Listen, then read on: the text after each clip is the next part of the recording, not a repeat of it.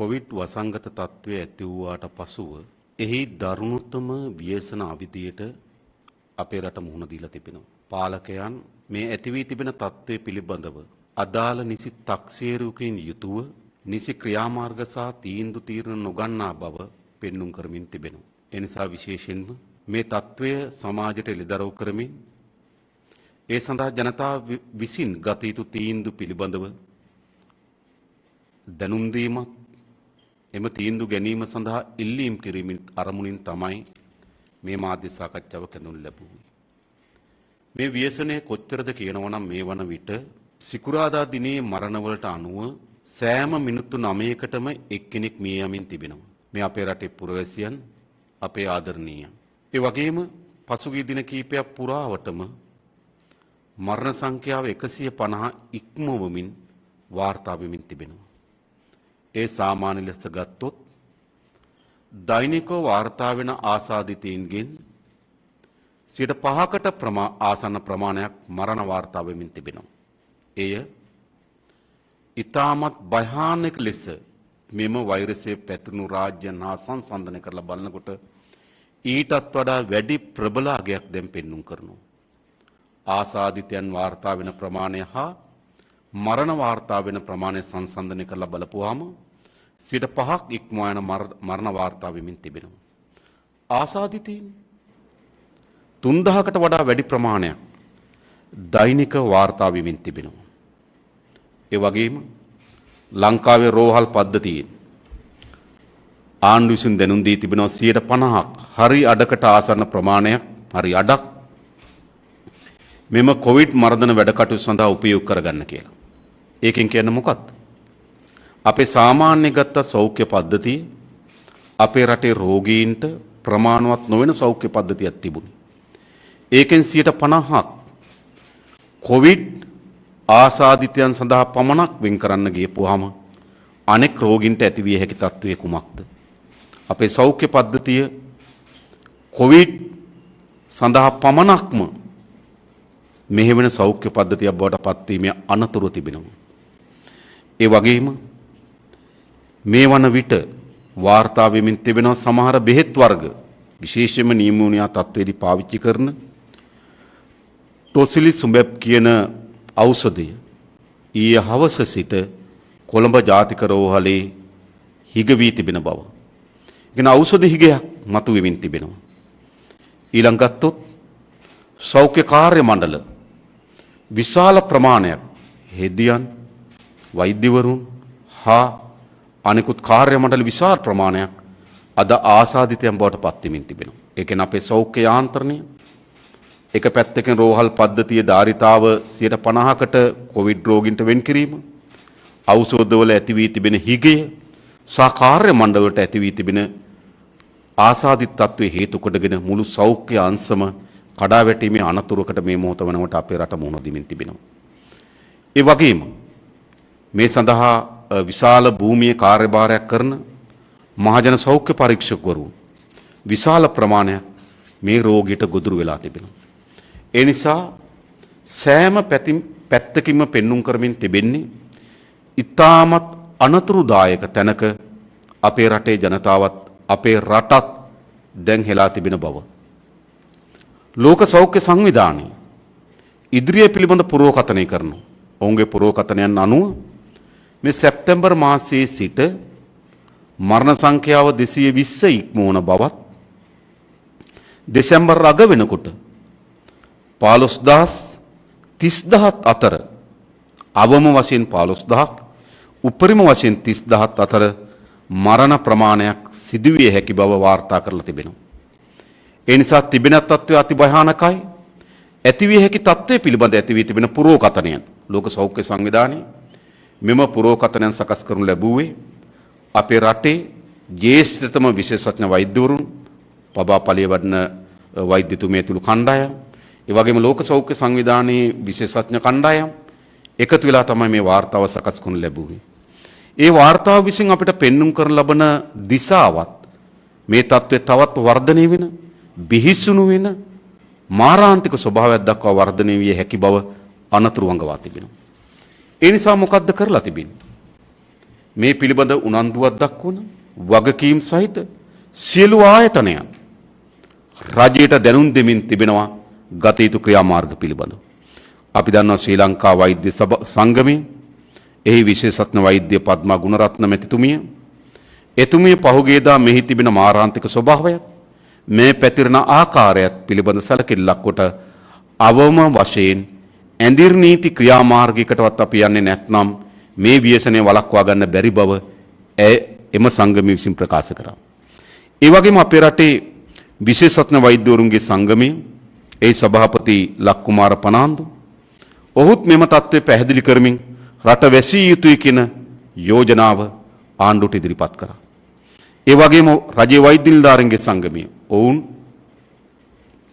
ඉදිරිපත් කරා ඔවුන් ලබා දීපු යෝජනා ක්‍රියාත්මක කරා නම් විශාල මරණ ප්‍රමාණයක් වළක්වා ගත හැකි වූ බවත්, ඒවා ක්‍රියාත්මක නොකිරීම හේතු කොටගෙන විශාල ව්‍යසනයකට රට පත් වී ඇති බවත්, එනිසා මේ ව්‍යසනයෙන් මිදෙන්න නම් අවම වශයෙන් රට වසා දැමීමේ ක්‍රියාමාර්ගයකට අවතීර්ණ විය යුතු බව.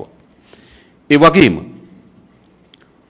මහජන සෞඛ්‍ය පරීක්ෂකවරුන්ගේ සංගමේ එහි සභාපති උපුල් රෝහණ මහත්මයා ඔහු විසින් ප්‍රකාශයට පත් කරා දැන් රට වැහුවත් තව දින 10ක් 12ක් ඇතුළත සිද්ධ වෙන මරණ වළක්වා ගත නොහැකි. නමුත් ඊට පසුව සිදුවෙන හෝ මරණ වළක්වා ගත හැකි. එනිසා රට වහන්න කියන යෝජනාවත් ආණ්ඩුව රට වහන්න සූදානම් නැත්නම් අඩුම තරමේ පුරවැසියන්ට නේද තමන් සති දෙකකට ආහාර සපයාගෙන තමන් විසින්ම ස්වයන් ලොක්ඩවුන් ක්‍රියාමාර්ගයකට යන්න කියන ආයාචනය මහජන සෞඛ්‍ය පරීක්ෂකවරුන් විසින් ඉල්ලා සිටිනවා. ඒ වගේම නියෝජ්‍ය සෞඛ්‍ය අධ්‍යක්ෂ ජනරාල් හේමන්ත හේරත් මහත්මයා පසුගියදා මා දැක්ක මාධ්‍ය සාකච්ඡාවකදී ප්‍රකාශ කරා තිබෙන තත්ත්වය පිළිබඳවත් ගත යුතු ක්‍රියාමාර්ග පිළිබඳවත් ඔවුන් රජයට දැනුවත් කොට ඇති බවත් රජයේ විසින් එම ක්‍රියාමාර්ග ගත යුතු බවත්. ඒකෙන් හැඟවුමක් හැටියට කියන්නේ මේ තත්ත්වය පිළිබඳව ගත යුතු ක්‍රියාමාර්ග වුන් රජයට දැනුවත් කර තිබෙන බව. ඒ වගේම කොවිඩ් මර්ධනය පිළිබඳවම ඇති කරන ලද අමාත්‍යංශය රාජ්‍ය අමාත්‍යවරිය විශේෂඥ වෛද්‍ය පනාන්දු පුල්ලමැතිතුමිය ඇය විසින් පසුගියදා මාධ්‍ය සාකච්ඡාවේදී කියනු ලැබුවේ මගේ මතය අදාළ නොවන බවත් රජය අදාළ තීන්දුව තීරණ ගත යුතු බවත්. එයින් ඇඟවුමක් හැටියට දුන්නේ තමන්ගේ මතයන් මේ කොවිඩ් මර්ධනය පිළිබඳව අදාළ අමාත්‍යතුමිය ඇයගේ මතයන් අදාළ නොවන බවත් වෙන අය තීන්දුව ගන්න බවත් හැබැයි ජනතාවට පිළිබඳ වග කියන්න කිසිවෙක් නොමැති බවත් ඔවුන් තමන්ගේ ආරක්ෂාව බලාගත යුතු බවත් තමයි ඇය විසින් ප්‍රකාශයට පත් කරේ. ඒ වගේම පසුගියදා පවිත්‍රා වන්‍යාරච්චි සෞඛ්‍ය අමාත්‍යතුමිය කැබිනට් මණ්ඩලයට ගිය සඳුදා ඇයගේ අමාත්‍යාංශය විසින් සකස් කරන ලද වාර්තාවක් මත පදනම්ව කරුණු ඉදිරිපත් කරන්න සූදානම්. මා හිතනවා සෞඛ්‍ය අමාත්‍යාංශයේ අමාත්‍යවරියට පැවරී තිබෙන වගකීම ඒක. ඇයගේ ශේෂ්ත්‍රින් ඇයට ලබා දෙන වාර්තා තොරතුරු මත පදනම්ව කැබිනට් මණ්ඩලයට යෝජනාවක් ඉදිරිපත් කොට සාකච්ඡා කිරීම.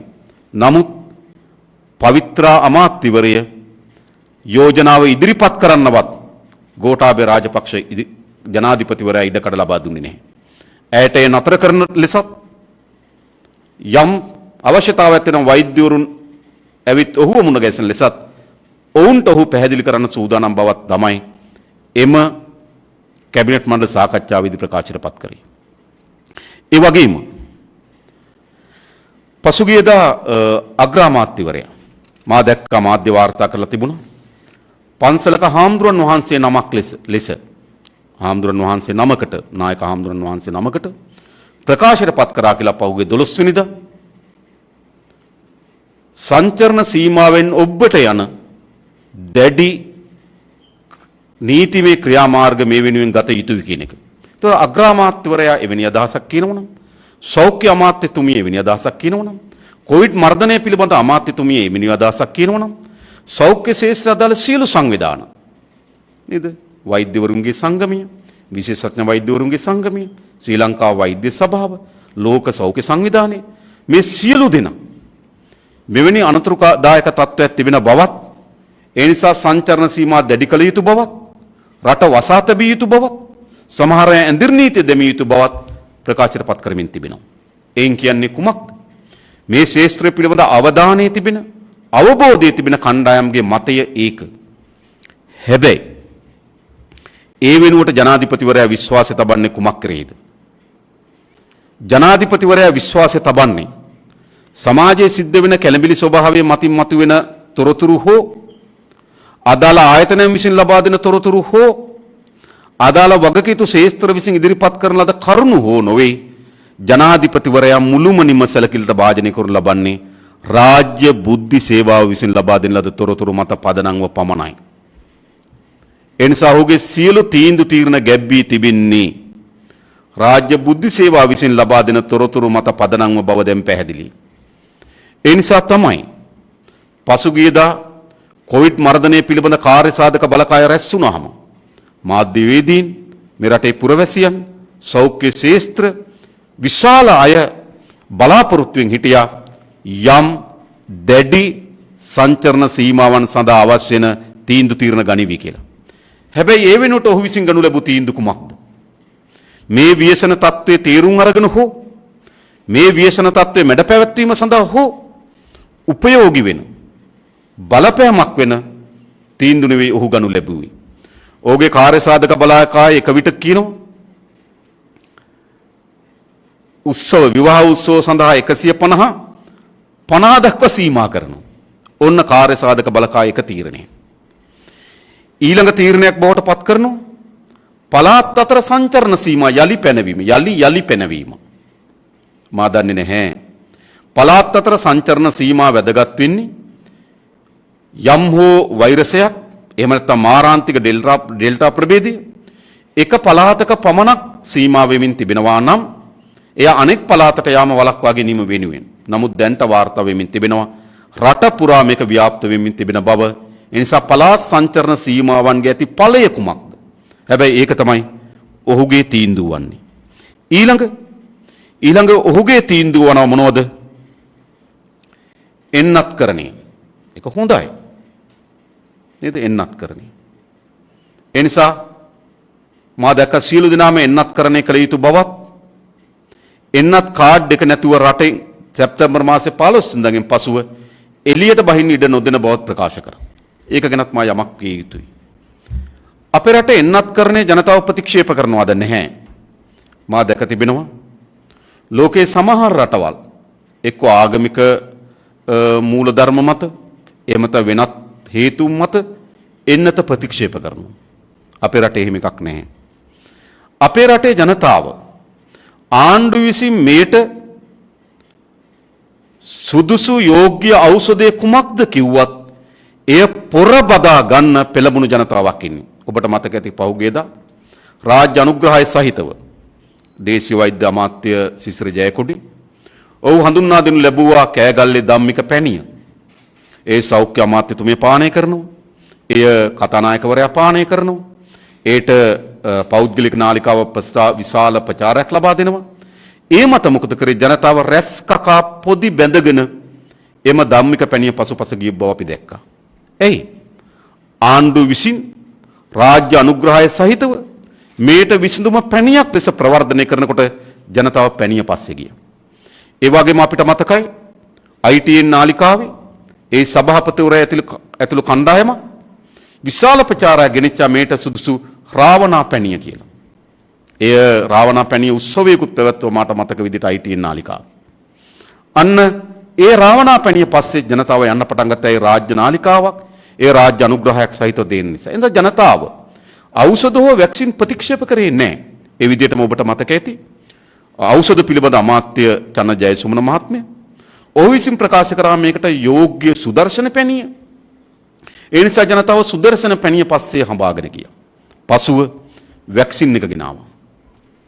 පමා වෙලා වැක්සින් එක ගෙනාවට පසු මොකද උනේ? ජනතාව පොදි බැඳ වැක්සින් එක ලබා ගැනීම සඳහා ප්‍රයත්න දැරුවා. හැබැයි ආණ්ඩුව අසමත් වුණා නිසි කලට නිසි වෙලාවට එන්නත්කරණය පටන් ගන්නත් අවසන් කරන්න. ඒකේ ප්‍රතිඵල මේ භුක්ති විඳින්න තිබෙන්නේ. ඒ නිසා එන්නත්කරණය නොකර ගැනීම ජනතාවගේ වැරද්දක් නොවේ. ජනතාව දැනුත් බලාගෙන ඉන්න තමන්ගේ ගමට එනතෙක් එන්නත්කරණය.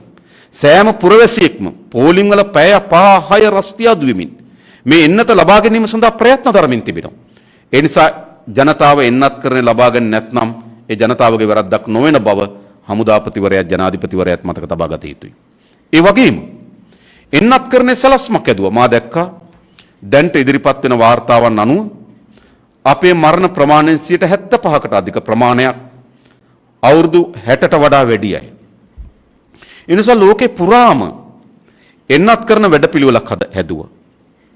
මොකද ලෝකේ කිසිදු රටකට එක විට ඒ රටේ සියලු ජනතාව එන්නත් කරන එකට භාජනය කරන්න බෑ. සියලු ජනතාව එක විට එන්නත් කරන එකට භාජනය කරොත් තමයි වෛරසය එම රට තුල මැඩ පැවැත්විය හැකි වන්නේ.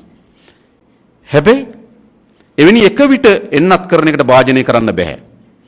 ඒ නිසා ලෝක සෞඛ්‍ය සංවිධානයේ සෑම රටකින්ම ඉල්ලා හිටිය ඔවුන්ගේ කොවැක්ස් වැඩසටහනින් එන්නත් ලබා දෙන්න නම් තමගේ එන්නත් කරන ජාතික වැඩපිළිවෙළ ඉදිරිපත් කරන්න කියලා. ඒ සඳහා ලෝක සෞඛ්‍ය සංවිධාන මාර්ගෝපදේශනය ලබා දුන්නා.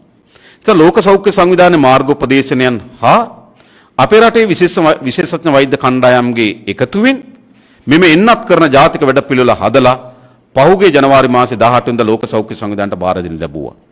එම එන්නත් කරන්නේ කුමක්ද?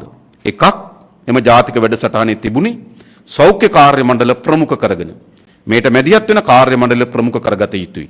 ඊළඟ ප්‍රධානම ප්‍රමුඛතාවයේ තිබුණ අවුරුදු 60ට වඩා වැඩි විවිධ සංකූලතා වෙන ලෙඩ වලින් පෙළෙන අය හා 60ට වඩා වැඩි පුරවැසියන්. ලෝකේ හැමතැනම එන්නත් කරන්නේ ප්‍රමුඛතාවයේ තිබුණේ වයස්ගත කාන්. සමහර රටවල අවුරුදු 70ට වඩා වැඩි අය, සමහර රටවල අවුරුදු 65ට වඩා වැඩි අය, අපේ වගේ රටවල අවුරුදු 60ට වඩා වැඩි අය තමයි එන්නත් කරන්නේ ප්‍රමුඛතාවය. ලෝක සෞඛ්‍ය සංවිධානයට අපි ඉදිරිපත් කරපු වැඩපිළිවෙල අපේ විශේෂඥයින්ගේ මතය ලෝක පුරා එන්නත් කරන්නේ පිළිබඳ තිබුණු අත්දැකීම් සියල්ල ප්‍රතික්ෂේප කොට අපේ එන්නත් කරන්නේ කරන්න පටන් ගත්ත අවුරුදු 30ත් 60ත් අතර අපි දැනගන්න කැමති අවුරුදු 30ත් 60ත් අතර ලෝක සෞඛ්‍ය සංවිධානයට ඉදිරිපත් කළ තිබෙන එන්නත් කරන වැඩපිළිවෙල වෙනස් කොට 30ත් 60ත් අතර ප්‍රමුඛතාවය ලැයිස්තුවට ආවේ කොහොමද? කවුද ඒක නිර්දේශයක් ලබා දුන්නේ? මට මතකයි ඒ වෙලාවේදී සුදර්ශන පනාන්දුපුල්ල අමාත්‍යතුමිය කියනවා මේ වෙනස් කර ඇති බව ඇයවත් දන්නේ නැති බව. මේමයි සිදු වී තිබෙන්නේ. ඒ නිසා අද ප්‍රමුඛතාවය 60ට වැඩි අය කිව්වට එන්නත් කරන්නේ ප්‍රමුඛතාවය 60ට වැඩි අය තියාගත්තේ නැහැ. ඒ නිසා ජනාධිපතිවරයා අද 60ට වැඩි අය ගැන කතා කරාට කතා කරන්න තිබුණේ තීන්දුව ගන්න තිබුණේ ලෝක සෞඛ්‍ය සංවිධානයට ඉදිරිපත් කළ ලද ජාතික එන්නත් කරන වැඩපිළිවෙල. ඒ නිසාද එන්නත් කරන්නේ පිළිබඳවත් මේක තමයි ඇති වී තිබෙන විකෘතිභාවය. ඊළඟ මොකද ජනාධිපතිවරයා ගනු ලැබූ තීන්දුව? මා දැක්කා සමාජ ජාල අඩවිවල වාර්තා වෙමින් තිබෙනවා. ජනාධිපති ලේකම් කාර්යාලයට කාර්ය මණ්ඩල කැඳවීම නතර කරලා තියෙනවා. විධායක ශ්‍රේණිය සහ පෞද්ගලික වාහනවල එන අය වෙන කාටවත් එන්න බැරි බව. ඒක තමයි ඔවුන්ගේ ප්‍රවේශ බවට පත් වී තිබෙන්නේ. නිසා මේ රටේ පුරවැසියන් ඔබ හිතනවාද රටේ මේ වෙලාවේ ඇති වී තිබෙන ව්‍යසන තත්වයට ඉදිරියේදී ඇති විය හැකි කියලා පුරෝකථනය කරන ව්‍යසන තත්වයට ඒ වගේම මේ ශේෂ්ත්‍රයට අදාළ සියලු සංගම් විශේෂඥයින් විසින් පෙන්වා දෙනු ලබන නිර්දේශයන්ට අනුරූපී වන පරිදිද මේ ජනාධිපතිවරයා තීන්දුව ගනු ලබන්නේ? නෑ, එහෙම නොවන බව දැන් ඉතා පැහැදිලි. ජනාධිපතිවරයා තීන්දුව తీරන ගනු ලබන්නේ එවැනි නිර්දේශයන්ට අනුකූල නොවන බව පැහැදිලි. ඒ විතරක් නෙවෙයි. මේ ක්‍රියාදාමයේ ASCII ඉතාමත් මාරාන්තික ක්‍රීඩාවක ජනාධිපතිවරයා ප්‍රමුඛ ආණ්ඩු නිරත වෙමින් තිබෙනවා. ඒ මොකද්ද? මීට කලිනුත් අපි පෙන්වා දී තිබෙනවා. මෙවැනි වෛරස් තත්වයකදී වැදගත්ම දේ තමයි අනාගතයේදී විය හැකි දේ පුරෝකථනය කරන්න. මොකද්ද ලබන සතිය විය හැක්කේ? මොකද්ද ඊළඟ සතිය විය හැක්කේ? එනිසා අපි ඒ සඳහා ගත යුතු තීන්දුව తీරන කුමක්ද කියන එක පිළිබඳව පුරෝකථනයන් අතිශය වැදගත්. හැබැයි පුරෝකථනයන්ට ආ හැක්කේ කෙසේද? එම පුරෝකථනයන්ට ආ හැකි වන්නේ නිවැරදි දත්ත සහ තොරතුරු මත පදනම්ව. හැබැයි අද මේ රටේ මරණ පිළිබඳ ඉදිරිපත් වෙන දත්ත තොරතුරු හෝ ආසාදිතයන් පිළිබඳ ඉදිරිපත් වෙන දත්ත තොරතුරු හෝ මේ රටේ කිසිදු පුරවැසියෙක් විශ්වාස කරන්නෙත් නැහැ. ඒ විතරක් නෙවෙයි, එම දත්ත තොරතුරු මත පදනම්ව ගොඩනගෙන පුරෝකථනත් වැරදි පුරෝකථන. හරිද? අද මේ ආණ්ඩු විසින් මිනිස් බිලි 150 ඉක්මන ප්‍රමාණය දෛනිකව ගණමින් තිබෙන්නේ මේ වැරදි දත්ත තොරතුරු මත එළඹෙන ලද වැරදි පුරෝකතන මේකට හේතු සාධක වී තිබෙනවා. ඔබ දන්නවා මා දැක්කා කොවිඩ් මර්ධන ජනාධිපති කාර්ය සාධක බලකායේ ඉන්න රාජ්‍ය වෛද්‍ය නිලධාරීන්ගේ සංගමයේ පවා ප්‍රකාශ කොට තිබෙනවා දෛනික මරණ සංඛ්‍යාව මේ වන විට 250 ඉක්ම වේ හැකියි කියලා. වාර්තාවෙන් 150ක් 160ක් ආසන්න ප්‍රමාණය වුණාට දවසකට 250කට වඩා වැඩි ප්‍රමාණයක් මී යන බව ඔවුන් වාර්තා කොට තිබෙනවා. ඒ වගේම පසුගියදා ගම්පහ දිස්ත්‍රික් සංවර්ධන රැස්වීමේදී ඉතාමත් භයානක තොරතුරක් එළිදරව් වෙනු ලැබුවා. ඒ තමයි එහි සෞඛ්‍ය අංශ විසින් වාර්තා කරනු ලබනවා එම දිස්ත්‍රික් සම්බන්ධීකරණ රැස්වීම සඳහා අගෝස්තු මාසයේ 1 වෙනිදාගේ සිට 9 වෙනිදා දක්වා ගම්පහ දිස්ත්‍රික්කයෙන් රෝගීන් 12555ක් වාර්තා වූ බව. හැබැයි වසංගත රෝග අංශය විසින් එහෙම නැත්නම් සමාජයට එම දින 9 ඇතුළත ප්‍රකාශයටපත් කළා තිබෙන්නේ රෝගීන් 3729යි. ඒ කියන්නේ කුමක්ද? රෝගීන් 8326ක් වාර්තා වෙලා නැහැ. ඒ කියන්නේ වාර්තා වෙනා වගේ 3 ගුණයකට අධික රෝගීන් ප්‍රමාණයක් ඇත්තටම ඉන්නවා. ඒක ඊයේ බදුල්ලේ වාර්තා වුණා. ඊට පස්සේ නැගෙනහිර පළාතේ වාර්තා වුණා. ඒ නිසා හරි පැහැදිලි මෙම දත්ත තොරතුරු විකෘතිකරණයට භාජනය කරනවා. ජනාධිපතිවරයා හිතනවාද දත්ත තොරතුරු සංගවලා මේ ව්‍යසනයෙන් ජනතාව බේරගන්න පුළුවන් කියලා? ඔබ එහෙම හිතනවත් ජනාධිපතිවරයා අපි දැනගන්න කැමතියි. මා දැක්කා ආණ්ඩුව පක්ෂ මන්ත්‍රීවරයෙක්ම අපටත් වාර්තා වෙ තිබුණා ඒ දත්ත ඒ තොරතුරු. පසුගිය ජනවාරි මාසයේ 1 වෙනිදා ඉඳන් ආසන්න වශයෙන් 5000කට වඩා වැඩි රෝගීන් ප්‍රමාණයක් දෛනික වාර්තා වූ බව. හැබැයි 3000ට අඩු ප්‍රමාණයක් තමයි සමාජයට වාර්තා කරනු ලැබුවේ. ඒ නිසා මේක අනාගතයේ සිදුවිය හැකි ව්‍යසනය පිළිබඳ නිවැරදි පුරෝකතනයන් ඒම සඳහා කරන ලද ඉතාමත් විකෘති මාරාන්තික දත්ත විකෘති කිරීමක් ගෝඨාභය ජනාධිපතිවරයා ඔබ සහ ඔබගේ ආණ්ඩුව විසින් සිදු කරමින් තිබෙනවා. ඒ විතරක් නෙවෙයි. නිවැරදි දත්ත සහ තොරතුරු වාර්තා නොවීම හේතු කොටගෙන ජනතාවගේ අවදානම පිළිබඳ තිබෙන අවධානය ගිලිහෙනවා. මරණ සංඛ්‍යාව වැඩි නම් ආසාදිත සංඛ්‍යාව වැඩි නම් ස්වභාවිකම ජනතාවගේ අවදානම් පිළිබඳ අවධානය වැඩි වෙනවා. නමුත් සංඛ්‍යා දත්ත විකෘති කරන ක්‍රියාදාමයකට අද මේ ආණ්ඩුව අවතීර්ණ වෙලා තිබෙනවා. දැන් මේ රටේ සෞඛ්‍ය සංවිධාන සෞඛ්‍ය ක්ෂේත්‍ර අදාළ සංවිධාන හෝ මේ රටේ පුරවැසියන් හෝ විශේෂඥයින් හෝ කිසිවෙක් මේ ජනාධිපතිවරයා විසින් ගනු ලබන තීරණ වලට එකඟ නොවන බව පැහැදිලි. අප පමණක් නොවේ. කැබිනට් මණ්ඩලයේ පවා මා දන්නවා සමහර අමාත්‍යවරු අග්‍රාමාත්‍යවරයා සමහර විට මේ තීරණ පිළිබඳ එකඟ නොවන බව පැහැදිලි. ඒ කියන්නේ මොකක්ද?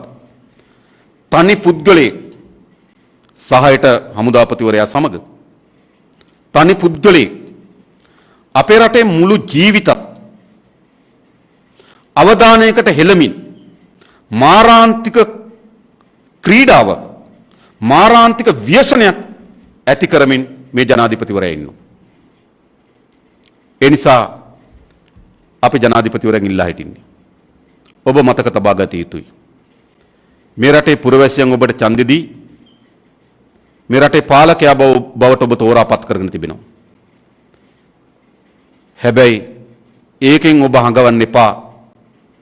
ජනතාවගේ ජීවිතය කඩදාසියකින් අස්සන් කොට තමන්ට ලබා දී ඇති බව ජනාධිපතිවරයා කල්පනා කරනවා නම් පුරවැසියන්ගේ ජීවිතය කඩදාසියකින් ලියා ඔප්පු තිරප්පු සහිතව ඔහුට පවරා තිබෙන බව. ඒ නිසා ඔහුට ඕනනම් මැරෙන්න අරින්න පුළුවන්. ඔහුට ඕනනම් බේරන්න පුළුවන් වගේ අදහසකට වුණ ආය යුතුයි. ඒ නිසා අද මේ සිදු කරමින් තිබෙන්නේ අපේ රටේ පුරවැසියන් දහස් ගණනක් මතක තබා ගන්න. එක මරණයක් හෝ සිදු නොවිය යුතුයි. ඒ පවුලට, ඔවුන්ගේ ඥාතීන්ට, ඔවුන්ට සමීපතයන්ට මොනතරම් මානසික බලපෑමක් ඇති කරනවද? සාමාන්‍යයෙන් අපේ රටේ ස්වභාවික මරණයකදී පවා කම්පාවටපත් වෙනවා ඥාතීන්, කම්පාවටපත් වෙනවා හිතවතුන්. ඒ කම්පාවෙන් මිදීම සඳහා මරණයේ ගෙදරගෙන එනවා. දවස් 3ක් විතර නිවෙසේ තබා ගන්නවා. 7 දවසේ දානෙ දෙනවා. නැත්නම් වෙනත් ආගමක නම් වෙනත් ආගමික කටයුතු කරනවා. ක්‍රමානුකූලව තමන්ගේ කම්පණය නිදහස් කරගන්නවා. හැබැයි තමන්ගේ මව මිය යනවා.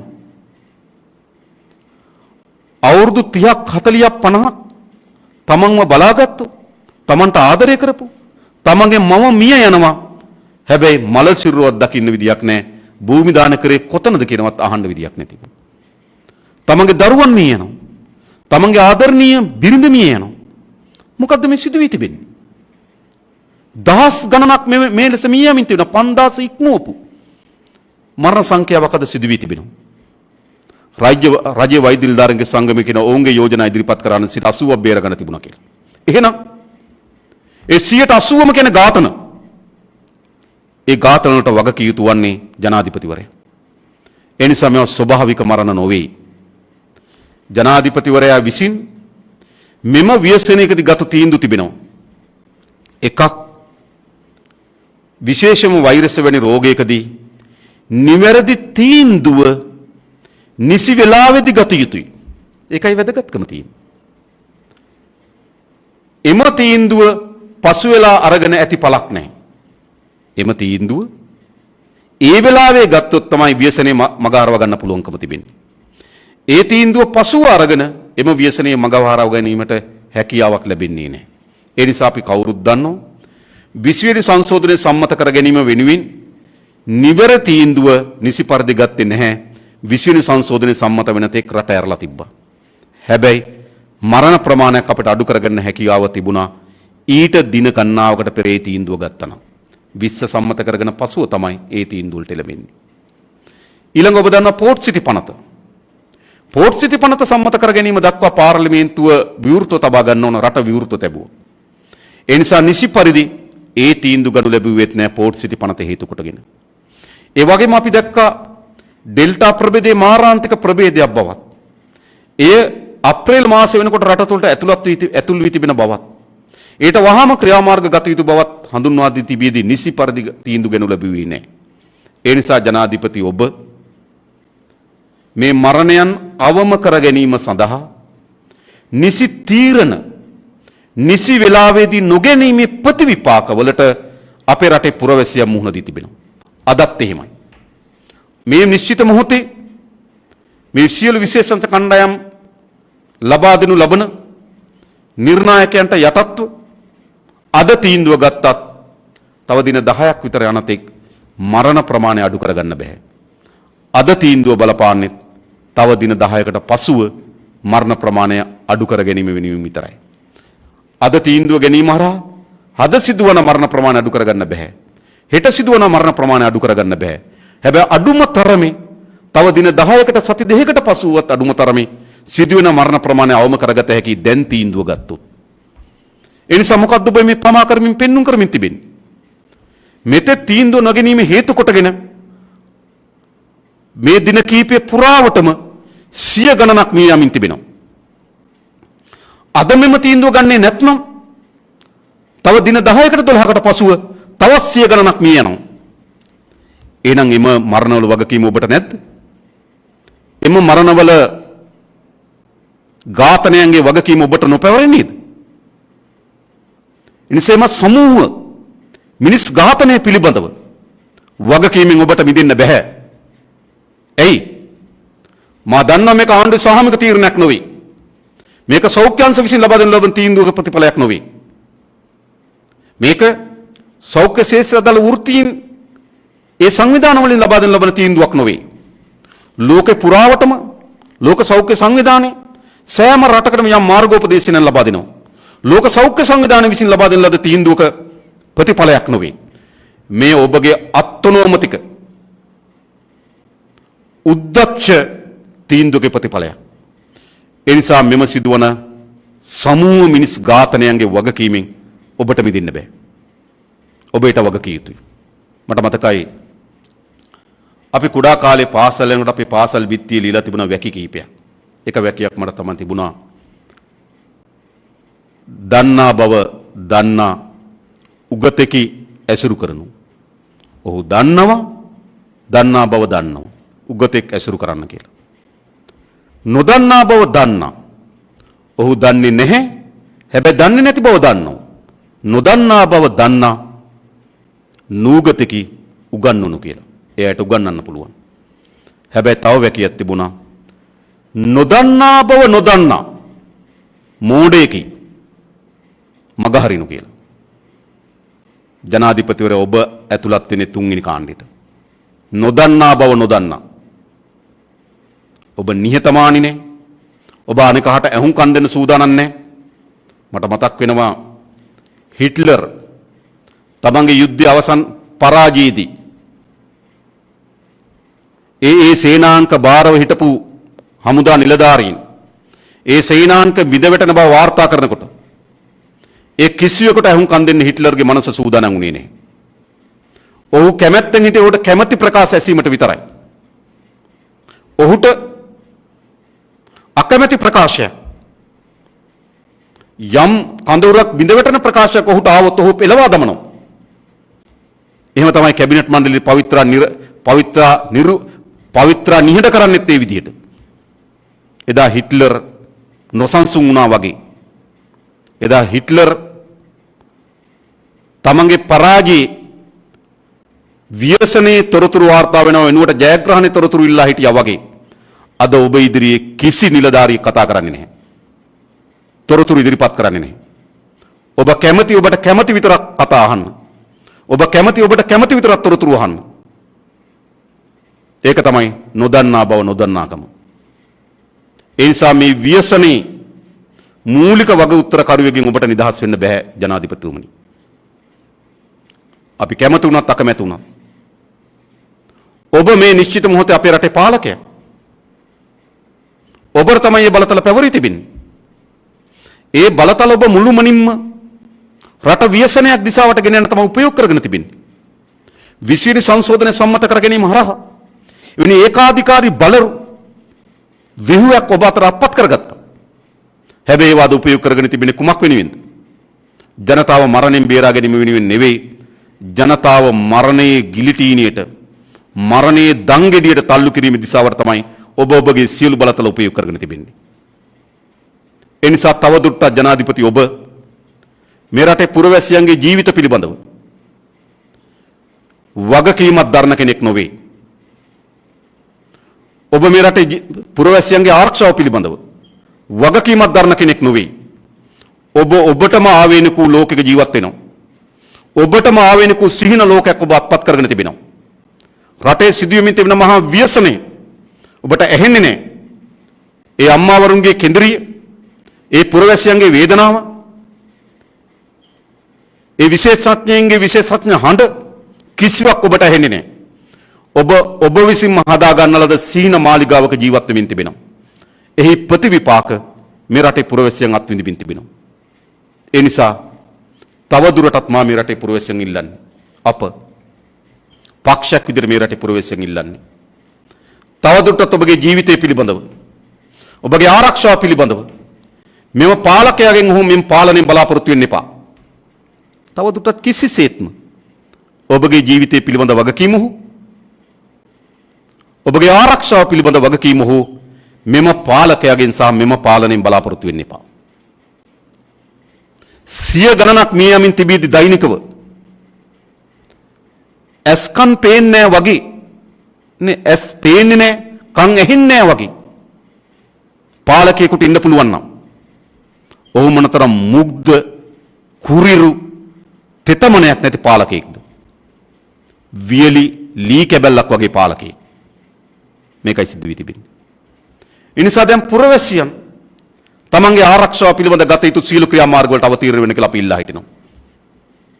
මම දැක්කා ස්වේච්ඡාවෙන් නගර ගණනාවක් පසුගිය දවස්වල වසා තබා තිබෙනවා. අම්බලන්තොට නගරයේ ස්වේච්ඡාවෙන් තවත් නගර ගණනාවක් ස්වේච්ඡාවෙන් එම පුරවැසියන් තීරණය කළා තිබෙනවා වසා තබන්න. ඒ වගේ මා දැක්ක උපුල් රෝහණ මහත්මයා විසින් ඉල්ලා හිටියා මහජන සෞඛ්‍ය පරීක්ෂකවරුන්ගේ සංගමයේ ඔබ විසින් ඔබ ආරක්ෂාව සඳහා පිළියමක් හොදා ගන්න.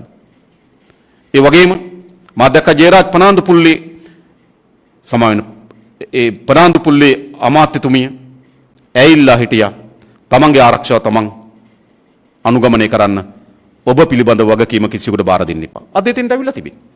අප මේ පුරවැස්සෙන් ඉල්ලා හිටින්නේ දැන් තමන් වෙනුවෙන් තමන්ගේ දරුවන් වෙනුවෙන් තමන්ගේ නෑහිතවතුන් වෙනුවෙන් තමන්ගේ අසල්වැසියන් වෙනුවෙන් තමන්ගේ රටේ පුරවැසියන් වෙනුවෙන් තමන් ආරක්ෂා වීම සඳහා ක්‍රියාමාර්ග වලට අවතීර්ණ වෙන්න. ඔහු රජයේ රැකියාවට ආරාධනා කරලා ඇති. ඔබ ගෙදර ඉන්න. ඔබගේ රස්සාව ඔබගේ බඩවියට බව අපි දන්නවා. හැබැයි ඔබගේ රස්සාව ඔබගේ ජීවිතේ නොවන බව තේරුම් ගන්න කියලා අපි මේ රටේ පුරවැසියන් ඉල්ලා හිටිනවා. ඉතින් සෑම පුරවැසියෙක්ම තමන් විසින් අගලු දමා ගැනීම සඳහා කටයුතු කරන්න කියලා අපි ඉල්ලනවා. තව දුරටත් තමන්ගේ දරුවා, තමන්ගේ අම්මා තාත්තා, තමන්ගේ අසල්වැසියා, තමන්ගේ ඥාතියා මෙම ව්‍යසනයේ ගොදුරක් බවට පත් වෙන ඉඩ කඩ දෙන්න එපා. එහෙම මිය යන්න ඕනද අපි මිනිස්සු හැටියට? අපි අනවරත යුද්ධයකට මුහුණ දීලා දහස් ගණනක් අපේ නෑ හිතවතුන් පුරවැසියන් අහිමි කරගත්තු රාජ්‍යයක්. අපි සුනාමි වෙන ස්වභාවික ව්‍යසනයකදී 45000කට ආසන්න අපේ රටේ ඥාතීන් හිතවතුන් පුරවැසියන් අහිමි කරගත්තු ජාතියක්. මම අහන්නේ පාලකයාගේ අමෝනඤ්ඤ ක්‍රියාමාර්ගය හේතු කොටගෙන මෝඩ, තකතිරු, උද්දච්ච, ඇහුම්කන් නොදෙන තීන්දුව හේතු කොටගෙන අපේ රටේ පුරවැසියන් තවදුරටත් මේ යා යුතුද? ඒ නිසා මා සාමගේ පක්ෂය ඔබගෙන් අපි ඉල්ලා හිටින්න කවරක්වත් නෙවෙයි. ඔබ ඔබගේ ආරක්ෂාව වෙනුවෙන් තීන්දුව ගන්න. ඔබ ඔබගේ ආරක්ෂාව ප්‍රමුඛ කරගන්න. ආණ්ඩුවේම ක්‍රියාමාර්ග වලට අවුල් වෙන්නේ නැත්නම් එහිදී යම් ව්‍යසනයකට යම් අපහසුතාවයකට පත් වෙනවා නම් දේශපාලන පක්ෂයකට අපේ පැත්තෙන් ඒ සඳහා ලබා දී යම් දායකත්වයක් තිබෙනවා නම් සහනයක් වෙනුවෙන් අපි ඒක කරන්නත් ලෑස්ති. මොකද මේ රටේ මිනිසුන් ඇතිතරම් කඳුළු හලලා තිබෙනවා. මේ මහ පොළොව ඇතිතරම් ලේ වලින් තෙත් වෙලා තිබෙනවා. තවත් අපි ඇස් ඉදිරිපිට අපේ පරම්පරාවේ මිනිසු අපේ අම්මලා තාත්තලා අපේ ඥාතින් අපේ හිතවතුන් අපි ඇතිතරම් අපි ඇස් ඉදිරිපිට මේ යන ඉතිහාසය අපි දැකලා තිබෙනවා. මා හිතන තව දුරටත් කිසිදු මිනිසෙක් පුරවැසියෙක් මෙම ජනාධිපතිවරයාගේ තකතිරු තීන්දුවල ගොදුරු බවට පත් නොවිය යුතුයි. ඒ වෙනුවෙන් අපි ඔබට ආරාධනා කරන්නේ ඔබ ඔබගේ ආරක්ෂාව වෙනුවෙන් ගත හැකි උපරිම ආරක්ෂණ ක්‍රියාමාර්ග අනුගමනය කරන්න. පාලකයා ඒ තීන්දුව ගන්නේ නැත්නම් පුරවැසියන් හැටියට ඔබ ඒ තීන්දුව ගැනීම සඳහා කටයුතු කරන්න. මේ නොදකින කෙනාට මේ ඇහෙන්නේ නැති කෙනාට ඔබ මේ පණිවිඩය කියන්න. අපි ජනතාවක් හැටියට මෙම ව්‍යසනයෙන් ගොඩේම සඳහා අපි සාමික තීරණයකට එළඹමු. තනියම අපි හුදකලා වීමට ලොක්ඩවුන් වීමට තීරණයක් ගමු. එවැනි සියලු දෙනාට ආරාධනා කරමින් අප නතර වෙනවා. බොහොම ස්තුතියි හැම දිනාටම.